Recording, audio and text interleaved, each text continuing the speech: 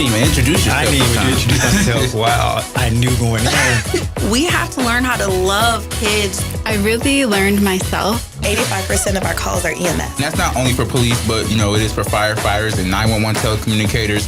Our last guest is going to be a great show today. Mm-hmm. God said, come as you are, right? You gotta go down memory lane. Oh, man. No, that was really cool. Great conversation, you guys. Wow. You know it feels so good.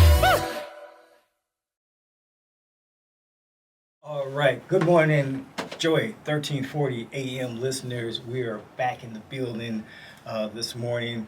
I am Officer Ralph McClain, the Milwaukee Police Department recruiter, program coordinator for the Office of Community Relations, Engagement, and Recruitment. And I am here with my co-hosts. Yes, sir. My name is Jordan Dickerson. I am one of the recruiters with the City of Milwaukee Fire and Police Commission, and we are back with episode 31 of The Conversation.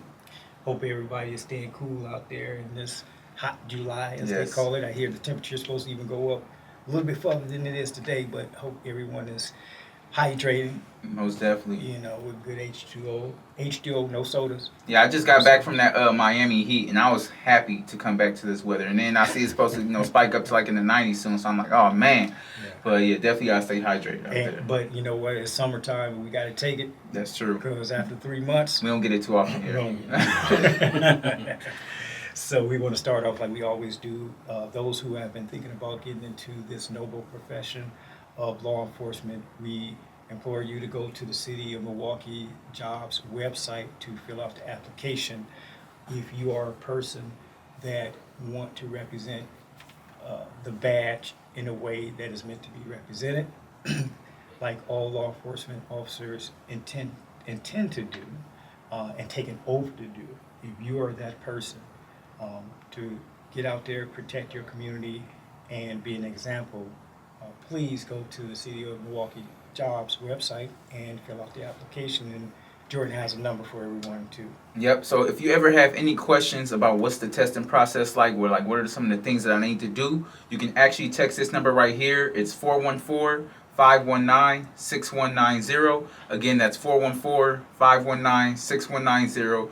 Send us any questions that you may have about the process, and we will respond to you, and we will just kind of help you and allow you to understand a little bit more about what to expect. Like I said, it is a long process. I always like to tell people that it's an investment into your future. Right, we always talk about investing into stocks and bonds and all these NFTs and stuff like that, which I haven't heard a lot about NFTs lately, but that's besides the point. But we always hear about investing in, but now it's, this is an opportunity for you to invest into yourself. So text that number, ask any questions, and we'll get back to you. Yes, sir. And also, in addition, we will walk you through that process.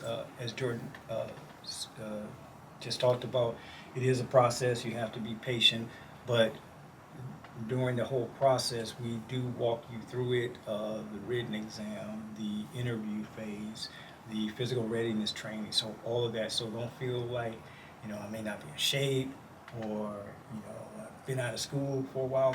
We will walk you through it. We will get you ready.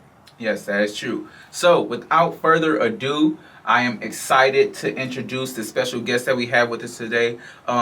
It's always a story for some reason, like the people that I meet in my life that come across, like you can always tell when God intended for you to meet this person. And it was the same thing with this brother right here. This guy, he's an amazing dude. And there's so much that I can talk about, and I think we'll probably get into it. But we have here with us Jordan Chambliss. Did I say it right? Yes, sir. Yes, sir. All right, cool. Yeah, Right. right. All right, cool. We have him with. He is owner, founder of GospelOnTheGO. He has a business. He's also used in MMA. He's fought in MMA fights and everything. And I think he has just a really intriguing and wonderful story, and I think he's going to be able to bless a lot of listeners out there. So that's why I'm so excited to have this guy on the show with us. So without further ado, I just want to say welcome, Mr. Jordan. How are you doing? I'm doing really well. I appreciate this. I appreciate the opportunity. It's definitely a blessing. And like you said, there's always a story. There's always a reason why God brings two people together. And I definitely believe like our connection is definitely was God divine. Exactly. And I just kind of want to jump into things. And just for the listeners out there, I want you to quickly just talk about a little bit about your background. Where'd you grow up? Where you come from? And a little bit about your story. Okay, yeah. Yeah, so I grew up in Racine, Wisconsin, born and raised all 34 years. Mm-hmm. I'm not ashamed of my age or anything like It's a blessing. But yeah, I grew up in the city of Racine, so right next door here to Milwaukee. And man, you know, it's been a journey. I mean, my life alone is a testimony. I was almost aborted. My mom almost went through an abortion. My dad, I went through a lot of rejection and stuff growing up with my father, not in my life, not being in my life. And I really didn't see the pain in that until I came to faith in Christ and learned about father wounds and stuff like that. And from there, like, you know, I was just one of those kids like who just try to find hope, trying to find love, trying to find fulfillment in all different things and whatnot. But it wasn't until I was 24 years old when I met Jesus and he got a hold of my life, and my life has never been the same since. And of course, it's a journey. It's battles. You know, that's the Christian walk. But man, it is so worth it. It is so worth it. And I'm eternally grateful for Jesus getting a hold of my life. And these 10+ years now that I've been walking with Him has been amazing. And I've been able to experience a lot of different things on this journey. And even some of the bad things that happened to me even prior to Christ, some of the doors that were opened up, it shaped me into the man I am today. So I'm eternally grateful for the work of the Lord in my life. So. That's a beautiful background story. And we are grateful, and I'm sure the city of Racine is great. It's Racine, right? Racine, yes, sir. Sometimes people say Racine. You know? Yeah, they want to get out quick. I was going to say, is that just us Illinoisans? Racine. They don't even want to say it. But how was it growing up in Racine? It was cool, man. You know, for me, I grew up in the majority of my friends are actually Latino. Mm-hmm. So I grew up in more like a Latino like neighborhood and whatnot. And for me, I'm definitely grateful. Like, you know, I don't have a racist bone in my body, anything like that. I'm grateful for that. My cousins, they're biracial as well. So like I grew up in a house where they're my cousin, my blood cousin is black like us or whatnot, and their mother is white, so they're mixed. So I've never seen color, man. And like I said, most of my friends in the neighborhood were Latino, and I had my friends who were black as well. So it was cool, man. Like growing up like that. And for me, I was always into sports and stuff. I wasn't able to get into sport because I was kind of hard. I was really hard headed actually. And my mother, she wouldn't let me get into sport. Mm-hmm. I was bad. I was hard headed. Right. I was listening to school and stuff like that, you know. So it wasn't until like 6th grade I really got to like football and stuff like that. I got into like weightlifting and stuff, and I would get picked on and stuff like that. So that kind of spearheaded me to lifting weights and stuff like that. And then one summer I just got like big, like real quick. And people left me alone after that. I was like, oh man, this is cool. Uh-huh. But you know, it was really a lot of. I mean, it was cool that like getting bigger and stuff, but it was really like it was a defense mechanism as well from like the brokenness that was within me. Mm-hmm. And then once I like middle school, I was rough in middle school. Then high school, I kind of slowed down a little bit because I was a wrestler in high school. So that really kind of stationed me per se for those 4 years, and I did just enough to graduate because I wanted to wrestle. And then after high school, that's when I got to mixed martial art, when I got into cage fighting right after that. And so that's a story right there in and of itself. So no, that's not it. You continue to bring up your past and about how, and you're very aware about how, you know, things weren't ideal, right? It wasn't an ideal situation. You had a rough situation. You dealt with a lot, and you probably struggled at some point trying to figure out like, how am I going to internalize all these emotions and dealing with that, and just what you speaking about how, you know, you were a rough kid and everything. Yeah. What do you think helped you kind of make that transformation and that switch to you're coming from okay, yeah, I'm a super rough kid, now I need to find a way to internalize this and use what's kind of been, you know, born to me at birth, and try to find some type of inspiration and some positivity into it? I would say to that, I had a friend of mine back in 2011. He came to faith in Christ, and I saw the transformation in his life, and I was like, and I'll tell you, he never preached the gospel to me at all. He never really preached the gospel. It was his life that preached to me, right. And it was enough there to see like, wow, like God can get a hold of this guy, and I know what we used to do and run, how we used to run together. I'm like, oh, this God thing must be real. Because I'll be honest, I've always believed in God's existence. I didn't grow up in a Christian home or anything like that. I've always believed in His existence, but I can't say I was a believer because I wasn't following. Right. And there's a difference.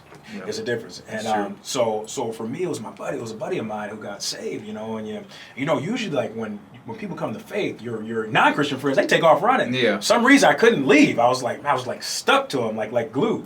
But I'm eternally grateful because God used him to sow those seeds in my life, and I saw that. I was like, man, and like me at that time too, I was wrapped up in my sin because high school I wasn't in a party and stuff like that. Once I got out of high school, the world snatched hold me up. And the fighting, the MMA, the cage fighting and stuff like that, it really exasperated a lot of things in my life that I probably wouldn't necessarily got into if it wasn't for like that. Now of course, like I don't look at MMA, I don't look at it as I can't say God told me to get into fighting. Right. But he's definitely used it now in my spiritual journey. And my mentality the mentality I have for fighting is the same thing I take into my spiritual journey as well. And so I'm eternally grateful for those years. But that buddy of mine, my friend, who got saved, who came to faith, and just seeing his life transformation, it really spoke to me. And yeah. And you know what's awesome about that is literally on our last episode we had on a guest, Adam Purcell, and he talked about how he had a friend. It was a gateway friend. Yeah. Right, because you always hear about gateway drugs. He's like, that same philosophy can apply to a friend. You can have a gateway friend, and unfortunately, in his circumstance, he had a gateway friend that led him down, the wrong path in a sense. Mm-hmm. You had a complete opposite situation where you had a gateway friend, but he kind of opened up your eyes and allowed you to see pretty much essentially the light in the world and the positive things that you can all do. So I think that's truly a beautiful story. Yeah. And then not only that, he saw a sermon instead of just hearing a Yes. sermon. Yep. That's good very right important. And it's not to say that hearing a great sermon, because we are emotional hearers, and it's nothing wrong with that. Nope. To use it for inspiration. Right. I try to go on YouTube, man, and pull up positive videos and positive speakers and everything. But when you actually see one, that's something totally different. How that person behaves, how they move in their daily lives. How you see how. When things are hard, how it affects them, and it's contagious sometimes. So. It really is. Yeah. And I now want to dive. I was gonna go somewhere else, but I really want to dive a little bit deeper into that aspect of being holy and living holy in a world where that's not always praised, right? We live in a culture and we live in a society where people, they want to glorify drinking, they want to glorify sex, they want to glorify drugs and all these other things, and then they look at you differently when you decide that, I don't want to partake in that.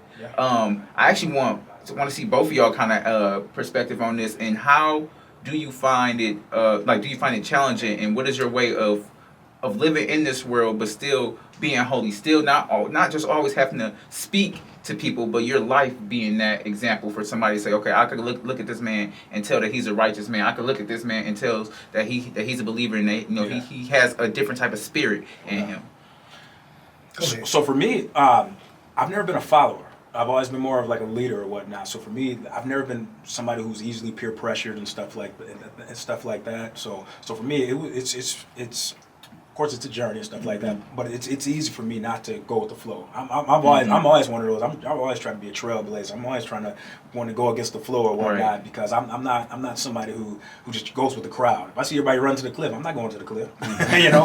So just because I see everybody going one direction, I'm going that direction. So for me, I've always felt like God's set me apart, and almost like Paul in the Bible, a lot like him. Like I see a lot of similarities, and John the Baptist too. Was it tough though? Do you think it was tough at times, just being noticing that you had to be set apart, and that there were certain things that you just couldn't do?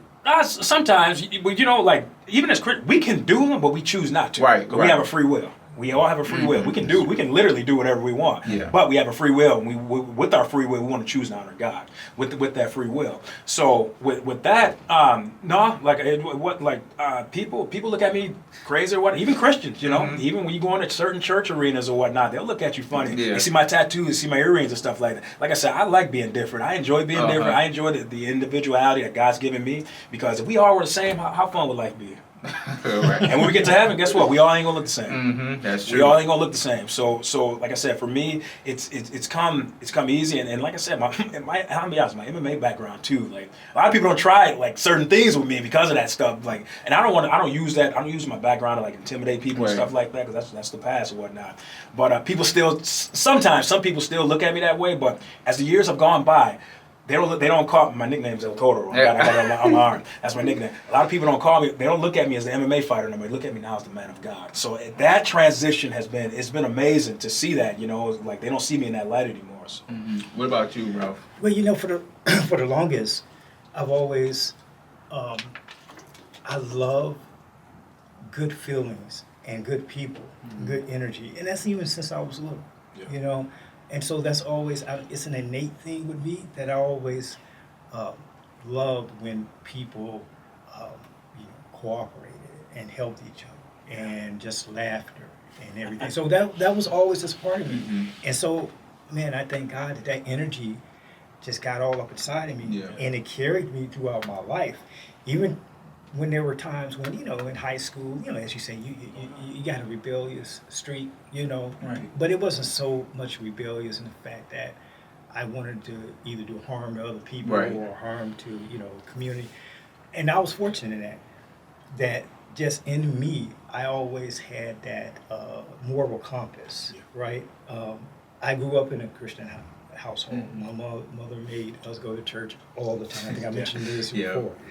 And, but yeah, I just always liked the feeling of being around good people and being one of those people. I remember a high school music teacher of mine, Mr. Hanson, and he used to always, talk with me, and he was just a wonderful teacher. And he always said, hey, understand when you're in a room, do you want to be the thermometer or do you want to be the thermostat? That's good. He said because the thermometer, it basically reflects the temperature of the room. Right. So whatever the temperature is, that's what it reflects. The thermostat, however, controls the temperature. I like that. So do you want to be a follower or do you want to be an individual? And I just always chose to be an individual and follow that path.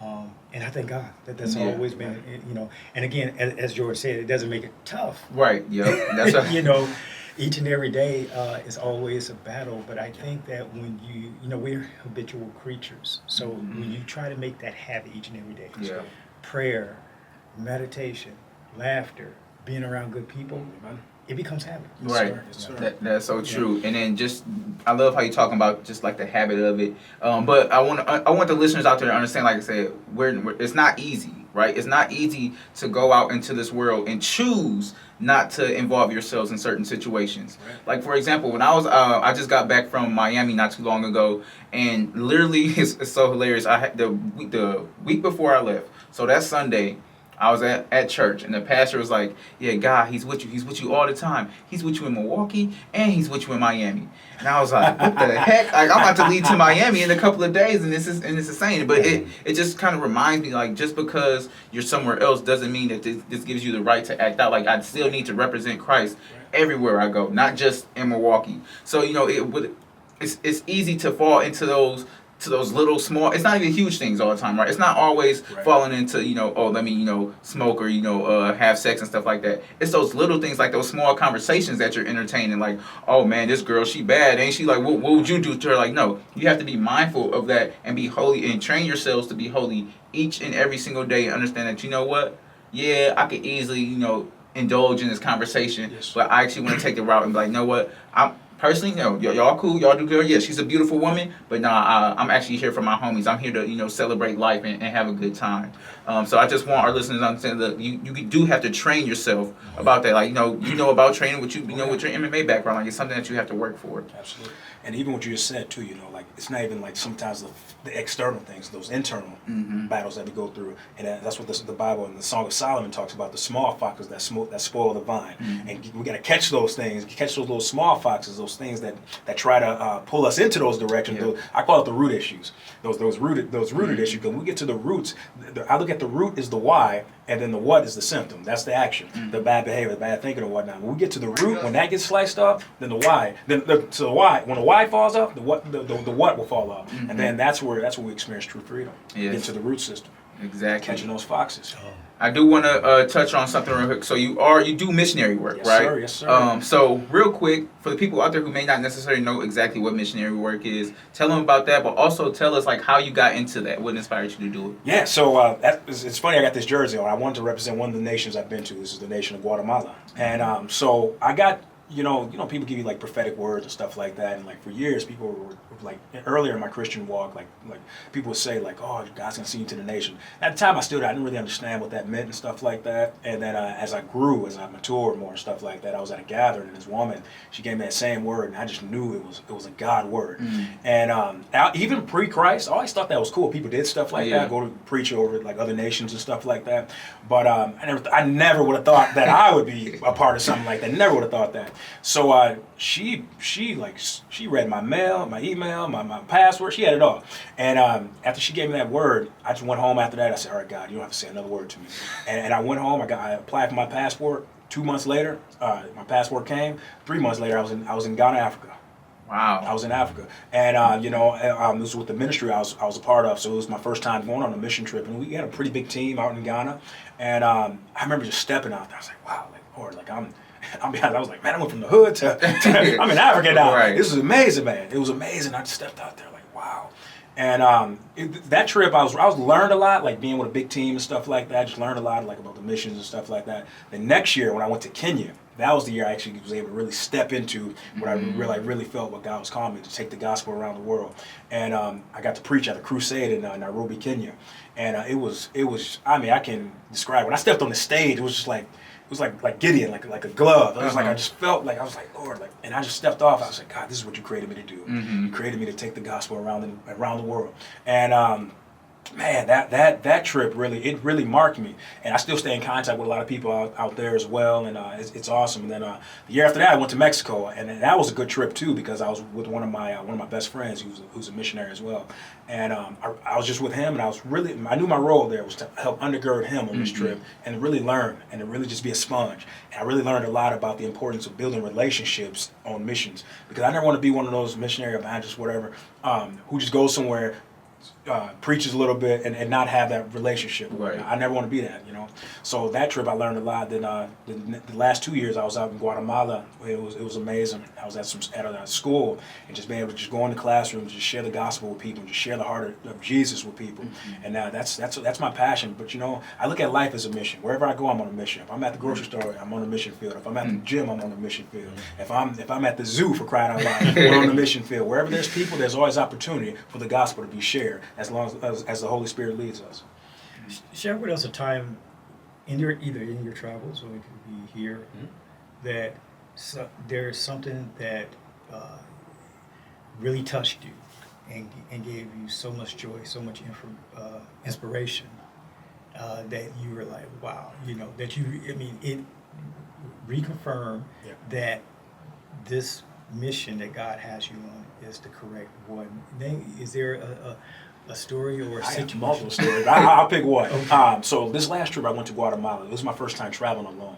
And so that was some courage and stuff like that. And I was a little bit nervous because, like I said, I never traveled alone, especially not to another country. Right. And so my connection down there is one of my best friends. It's his uncle. He's an English teacher at one of the schools, so I was able to stay at his house. And I was at the school. I was in the first class that I actually shared at. It was this girl up in there, and I was just sharing the gospel. I've never seen nobody just weep like in the presence of God at the message of the gospel. And she was just bawling in the back of the classroom, and I was like, wow, like Lord, this is amazing. I've never seen nobody like just get just so rocked by the gospel like that. And I shared it from the bad news to the good news, you know, because we can't appreciate the good news without knowing the bad news first. Right. And just sharing that and just seeing her heart for just wanting Jesus, I'm like, man, like Lord, this is what it's all about. If I came to Guatemala just for this one person, that's what it's all worth it. And that's what it's about too. Like you said, just that one person. It's always about going after the one. Like so many times we like to always focus on like, man, I want to go out there, and I'm guilty of this too. Like, man, I want to impact millions and millions of people and save so many people. But it's like, what about that one person who just need to hear that message today? Yeah, you know, I always tell people, the Bible talks about Jesus left the 99 to go after the one. Yep. The one seems insignificant till you realize you were that one at one point. Ooh, that's until you realize you were that one at one point. That's so true. And that's what gives you a compassion and a zeal to want to go after that one. Where you're walking down the street and you see somebody on the side of the road and say, man, I know what you need. Like Peter and John, they were at the gate called Beautiful. That man was sitting there, he was crippled. And what happened? He said, silver and gold I do not have, but what I have received in the name of the Lord Jesus. The brother got healed, and he had a testimony after that, you know. And it's like, we see that one person, it's like, I always ask God, give me that heart for that one person, because like I said, we were at one point, we were that one at one point. So that's what, for me, that keeps me encouraged, that keeps me not to look at the masses or whatnot. 'Cause sometimes we can't get caught up in the masses. Right, we see a lot of people like, oh man, I want to impact this many people. It's like, man, just focus on the one. Yes. A lot of people want to go to other nations, but they want to go across the street to talk to somebody about Jesus. Yeah, and you're always that one. Yeah, absolutely. And whatever I say to you, I'm actually saying it to me. Absolutely. Yeah. Man, Whatever so I true. share and teach with you. So true. Yeah. Yep, that's good. So true. And now, so you go across the world, you go across the country, and you preach the gospel, you preach the good news. Now, I want to touch on the business that you started, the sir. business that you have, Gospel on the Go. Tell the people what that's about. Yeah, so Gospel on the Go is a sticker decal business. I'm still in the infancy stages right now, so I'm just still kind of getting off the ground, taking my time with it. And it's something that's been on my heart for a little bit. It's just another extension of sharing the gospel with people. So I have 5 different sticker models, and I use those with different like Bible scripture references and whatnot, so that people can see them. You know, it's about reaching that one. You know, and hence the name Gospel on the Go. My mission at Gospel on the Go is reaching the lost, those who don't know Christ, those who don't have their personal trust in Him, to empower the found, those who already know Christ, who do have their personal trust in Him, to empower them to be courageous, to be bold in sharing their faith through the mobilization of the gospel message of Jesus Christ. Hence the name Gospel on the Go, because you can't have a gospel without the first 2 letters. Go. Jesus said, "Go into all the world and preach the gospel to all creation." That's awesome, man. Like, so what really inspired you to do, Gospel on the Go? Because there's a lot of different things that you could have done, but you specifically chose bumper stickers or stickers, decals, to be that representation. What was it about that made you want to do that? I see a lot of people with stickers on their cars and stuff like that. It's like, as Christians, we're walking billboards already. So it's I just figured it's another opportunity to reach people with it. And with the funding, with the money, I use it like Paul. Paul was a tent maker, but and he used his funds for missions and stuff like that. And I want to be able to free myself up to the point where I'm living my life as a missionary. So that's what really spawned Gospel on the Go, because I don't want to just work a secular job like my entire life. I want to be free for the gospel. And with Gospel on the Go, if that's the avenue the Lord wants to take it with, I'm all for it. So that was really the inspiration behind Gospel on the Go. Man, that's beautiful. I want to say I appreciate you just being able to come on this show. I feel like we talked about so many different things, but I think it probably helped out a lot of different people. For that person out there who is stuck in a rut right now, whose life isn't going the way they want it to go, who's kind of been struggling, battling their own self, what are some words of encouragement that you can give to that person? Number one, I would say, don't give up. Number one, don't give up, because we can. The only way the devil can defeat us is if we give up on God. That's the only way. Don't give up. Get around a community as well. It's going to uplift you. Get around some fiery people who are passionate, who are zealous, and who have your best interests at heart. Because sometimes some people, we want to give people a lot of answers, but we don't have the best interests at heart. So we want to be around people who have your best interests at heart, and cling to those people. So that's what I would say. And like I said, just don't give up. Don't quit, because we all get in those seasons. We're honest. We all get in those seasons, those ruts where we're doubting, where we're having those battles, those wars and whatnot. But God is faithful to bring people into our life, and His presence alone is enough. And we encounter the presence of God through other people. Right. We encounter His presence through other people. So don't ever negate the people that God puts in your life. Beautiful, man. Hey, Jordan, I just want to say it was truly a pleasure. Before we got in here, I definitely got to give you your flowers, because you're always a person who, he's one of the guys, he reaches out to you like all the time just to check in. And I'm not really used to that. Usually I'm the person reaching out to people, checking in and stuff like that. So this man, he will always just randomly, send me a voicemail like, hey, man, just want to check in, see how you doing. Sure. Also, he's vulnerable and just like sharing certain things that he goes through. And that gives me the comfortableness to be able to open up to him in my time of need as well. So I definitely just want to say, I really appreciate you. I thank you. I'm happy that God kind of blessed us and blessed me to be able to meet you and for us to continue to grow our friendship and our relationship, man. Yeah. So other than that, real quick, let the people know where they can find you at. Yes, okay, yes. Yeah. So I have Instagram, Keeping It Real for Jesus. That's REEL, real. Like, because I do a lot of real videos, just words of encouragement, a minute and a half or whatnot. Also, Gospel on the Go as well. You can find me on Instagram, Gospel on the Go. And you can also find me on my personal Facebook page, Jordan Matthew Chambliss. You can find me there. And also, I have a business page on there, Gospel on the Go as well. So that's how you can get a hold of me. And continue blessings, brother. Continue success. If you ever need anything, reach out to us. Man, appreciate it. Appreciate it. Thank you. All right, y'all have a good one. God bless. Listeners. We'll see you next week.